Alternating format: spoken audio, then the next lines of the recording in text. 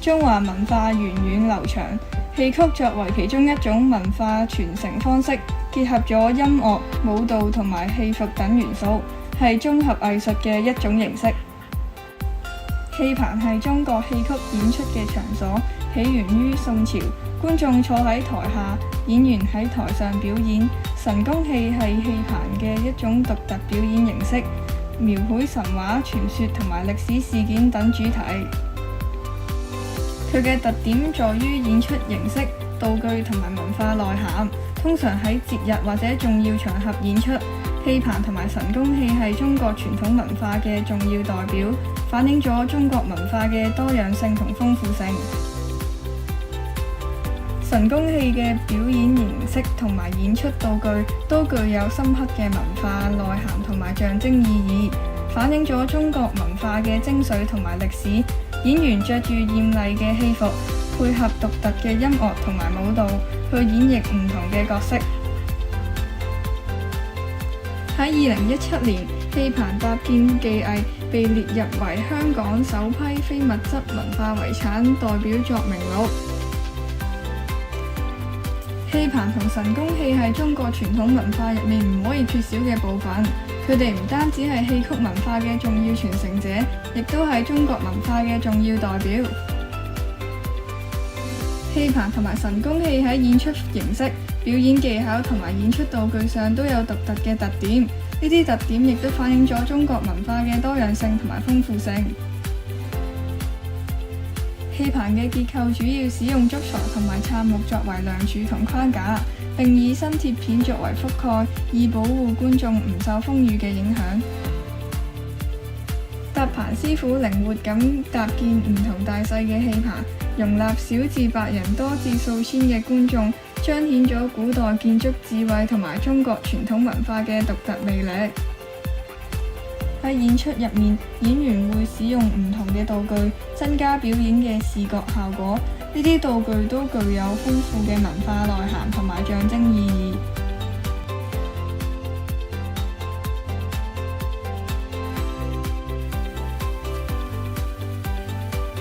玩家進入咗第一個戲棚建築嘅場景之後，可以點擊指定位置，例如建築工人，查看了解戲棚相關嘅介紹同埋特色，繼續尋找同埋回答問題，獲得分數。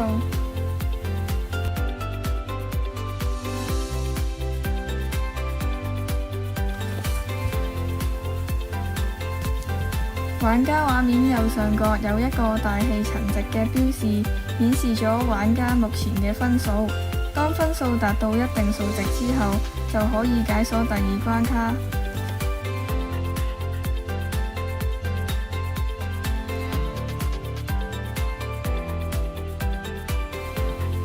喺第二個關卡，玩家需要尋找隱藏嘅面譜同埋回答關於花牌、神功戲嘅問題。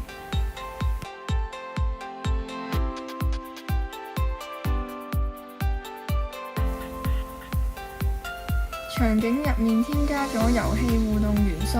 增添咗趣味。玩家需要喺各個場景仔細探索同埋拆解中華傳統工藝之謎。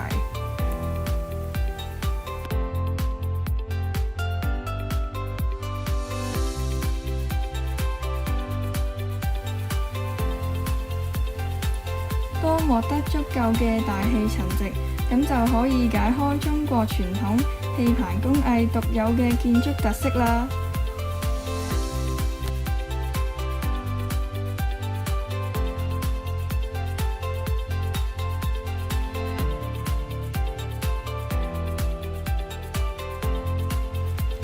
整個場景，我哋利用 VR、AR 嘅技術，重現咗中國傳統文化同埋搭棚嘅技術，另外用咗唔同嘅編程技巧去製作場景入邊嘅互動效果同埋遊戲。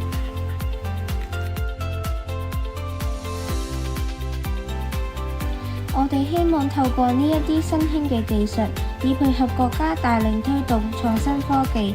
將中國源遠流長嘅藝術文化用一種嶄新嘅方式傳承落去，更讓世界更多嘅人去了解我哋祖國獨有嘅文化特色。